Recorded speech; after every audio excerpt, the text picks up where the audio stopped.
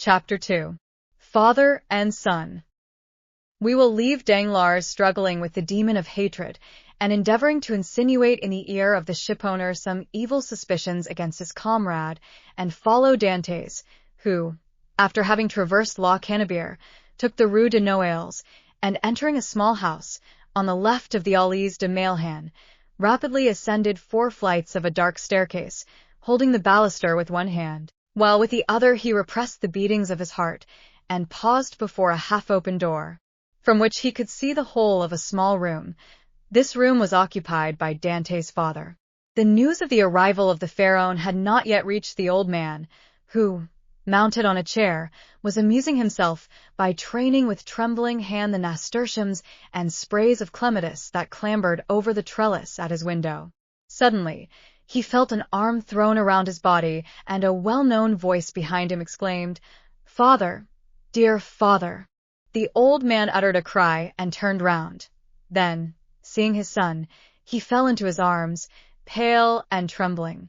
"What ails you, my dearest father? Are you ill?" inquired the young man, much alarmed. "No, no, my dear Edmond, my boy, my son. No, but I did not expect you. And joy, the surprise of seeing you so suddenly. Ah, I feel as if I were going to die. Come, come, cheer up, my dear father.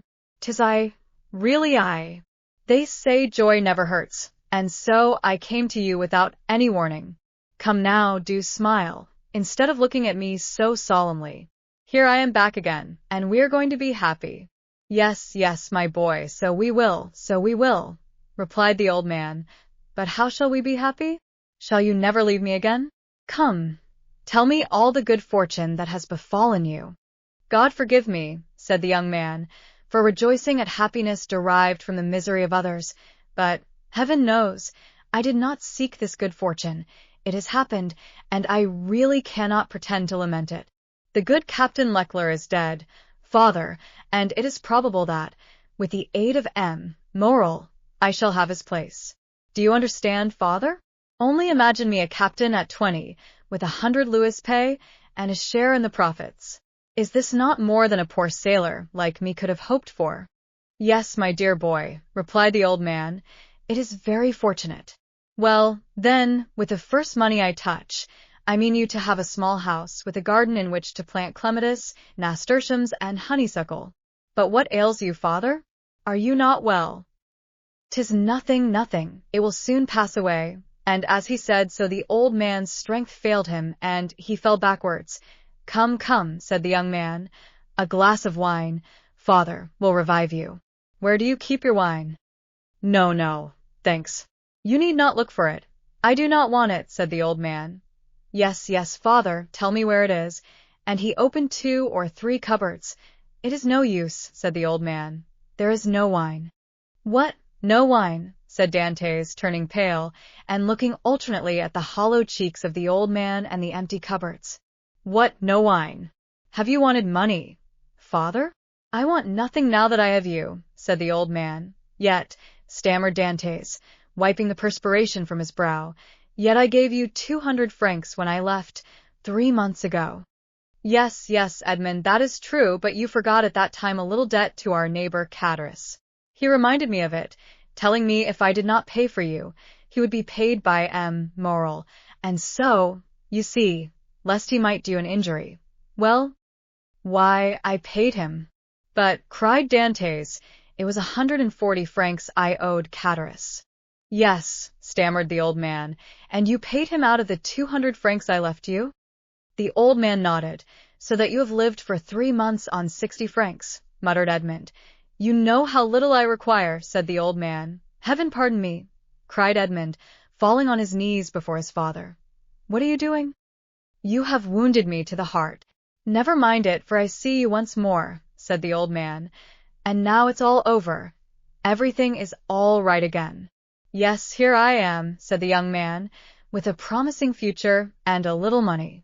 Here, father, here," he said, "take this, take it, and send for something immediately." And he emptied his pockets on the table, the contents consisting of a dozen gold pieces, 5 or 6 5-franc pieces, and some smaller coin. The countenance of old Dante's brightened. "Whom does this belong to?" he inquired. "To me, to you, to us.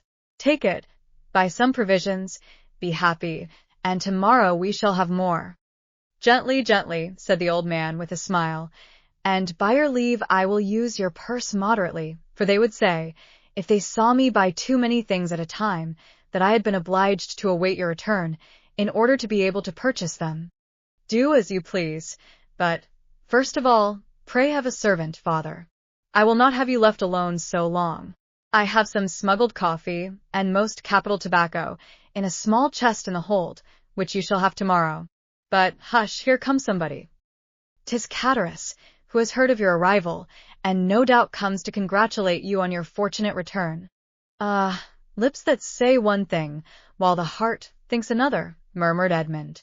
"But never mind, he is a neighbor who has done us a service on a time, so he's welcome." As Edmond paused, the black and bearded head of Catharus appeared at the door. He was a man of 25 or 6, and held a piece of cloth which, being a tailor, he was about to make into a coat lining. "What, is it you, Edmond, back again?" said he, with a broad Marseillaise accent and a grin that displayed his ivory-white teeth. "Yes, as you see, neighbor Catharus, and ready to be agreeable to you in any and every way," replied Dantes, but ill-concealing his coldness under this cloak of civility. "Thanks, thanks, but fortunately I do not want for anything, and it chances that at times there are others who have need of me." Dantes made a gesture. "I do not allude to you, my boy. No, no. I lent you money and you returned it. That's like good neighbors, and we are quits." "We are never quits with those who oblige us," was Dante's reply. "For when we do not owe them money, we owe them gratitude." "What's the use of mentioning that? What is done is done. Let us talk of your happy return, my boy." "I had gone on the quay to match a piece of mulberry cloth, when I met friend Danglars." "You at Marseilles?" "Yes," says he. "I thought you were at Smyrna." "I was, but am now back again." "And where is the dear boy, our little Edmond?" "Why, with his father, no doubt," replied Danglars. "And so I came," added Catharus, "as fast as I could to have the pleasure of shaking hands with a friend." "Worthy Catharus," said the old man, "he is so much attached to us." "Yes, to be sure I am. I love and esteem you, because honest folks are so rare. But it seems you have come back rich, my boy," continued the tailor, looking askance at the handful of gold and silver which Dantes had thrown on the table. The young man remarked the greedy glance which shone in the dark eyes of his neighbor. He said, negligently, "this money is not mine. I was expressing to my father my fears that he had wanted many things in my absence, and to convince me, he emptied his purse on the table." "Come, father," added Dantes, "put this money back in your box, unless neighbor Catharus wants anything, and in that case it is at his service." "No, my boy, no," said Catharus. "I am not in any want. Thank God, my living is suited to my means. Keep your money. Keep it, I say. One never has too much. But, at the same time, my boy, I am as much obliged by your offer as if I took advantage of it." "It was offered with good will," said Dantes. "No doubt, my boy, no doubt. Well, you stand well with M. Morrel, I hear. You insinuating dog, you." "Morrel has always been exceedingly kind to me," replied Dantes. "Then you are wrong to refuse to dine with him." "What? Did you refuse to dine with him?" said old Dantes. "And did he invite you to dine?" "Yes, my dear father," replied Edmond, smiling at his father's astonishment at the excessive honor paid to his son. "And why did you refuse, my son?" inquired the old man. "That I might the sooner see you again, my dear father," replied the young man. "I was most anxious to see you, but it must have vexed M. Morrel." "Good, worthy man," said Catharus. "And when you were looking forward to be captain, it was wrong to annoy the owner." "But I explained to him the cause of my refusal," replied Dantes, "and I hope he fully understood it." "Yes, but to be captain one must do a little flattery to one's patrons." "I hope to be captain without that," said Dantes. "So much the better, so much the better. Nothing will give greater pleasure to all your old friends. and I know one down there behind the St. Nicholas Citadel who will not be sorry to hear it." "Mercedes," said the old man. "Yes, my dear father, and with your permission, now I have seen you and know you are well and have all you require, I will ask your consent to go and pay a visit to the Catalans." "Go, my dear boy," said old Dantes, "and heaven bless you and your wife, as it has blessed me and my son." "His wife," said Cataris. "Why, how fast you go on, Father Dantes. She is not his wife yet, as it seems to me." "No, but according to all probability she soon will be," replied Edmond. "Yes, yes," said Cataris, "but you were right to return as soon as possible, my boy." "And why?" "Because Mercedes is a very fine girl, and fine girls never lack followers. She particularly has them by dozens." "Really?" answered Edmond, with a smile which had in it traces of slight uneasiness. "Ah, yes," continued Cataris, "and capital offers too. But you know, you will be captain, and who could refuse you then?" "Meaning to say," replied Dantes, with a smile which but ill-concealed his trouble, "that if I were not a captain—" said Cataris, shaking his head. "Come, come," said the sailor, "I have a better opinion than you of women in general, and of Mercedes in particular, and I am certain that, captain or not, she will remain ever faithful to me." "So much the better, so much the better," said Cataris. "When one is going to be married, there is nothing like implicit confidence, but never mind that, my boy. Go and announce your arrival, and let her know all your hopes and prospects."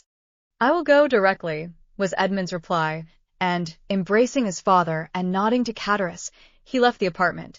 Cataris lingered for a moment, then taking leave of old Dantes, he went downstairs to rejoin Danglars, who awaited him at the corner of the Rue Senac. "Well," said Danglars, "did you see him?" "I have just left him," answered Cataris. "Did he allude to his hope of being captain?" "He spoke of it as a thing already decided." "Indeed," said Danglars, "he is in too much hurry, it appears to me." "Why, it seems Morrel has promised him the thing." "So that he is quite elated about it?" "Why, yes, he is actually insolent over the matter, has already offered me his patronage, as if he were a grand personage, and proffered me a loan of money, as though he were a banker." "Which you refuse?" "Most assuredly, although I might easily have accepted it, for it was I who put into his hands the first silver he ever earned. But now, Dantes has no longer any occasion for assistance. He is about to become a captain." "Pooh," said Danglars, "he is not one yet." "Ma foi, it will be as well if he is not," answered Cataris, "for if he should be, there will be really no speaking to him." "If we choose," replied Danglars, "he will remain what he is, and perhaps become even less than he is." "What do you mean?" "Nothing. I was speaking to myself." "And is he still in love with the Catalane?" "Over head and ears. But, unless I am much mistaken, there will be a storm in that quarter." "Explain yourself." "Why should I?" "It is more important than you think, perhaps. You do not like Dantes." "I never like upstarts." "Then tell me all you know about the Catalane." "I know nothing for certain. Only I have seen things which induce me to believe, as I told you, that the future captain will find some annoyance in the vicinity of the Vieilles infirmaries." "What have you seen? Come, tell me." "Well, every time I have seen Mercedes come into the city, she has been accompanied by a tall, strapping, black-eyed Catalan, with a red complexion, brown skin, and fierce air, whom she calls cousin." "Really? And you think this cousin pays her attentions?" "I only suppose so. What else can a strapping chap of 21 mean with a fine wench of 17? "And you say that Dantes has gone to the Catalans?" "He went before I came down." "Let us go the same way. We will stop at La Reserve, and we can drink a glass of La Malgue, whilst we wait for news." "Come along," said Cataris, "but you pay the score." "Of course," replied Danglars, and going quickly to the designated place, they called for a bottle of wine and 2 glasses. Père Pamphile had seen Dantes pass not 10 minutes before, and assured that he was at the Catalans, They sat down under the budding foliage of the planes and sycamores, in the branches of which the birds were singing their welcome to one of the first days of spring.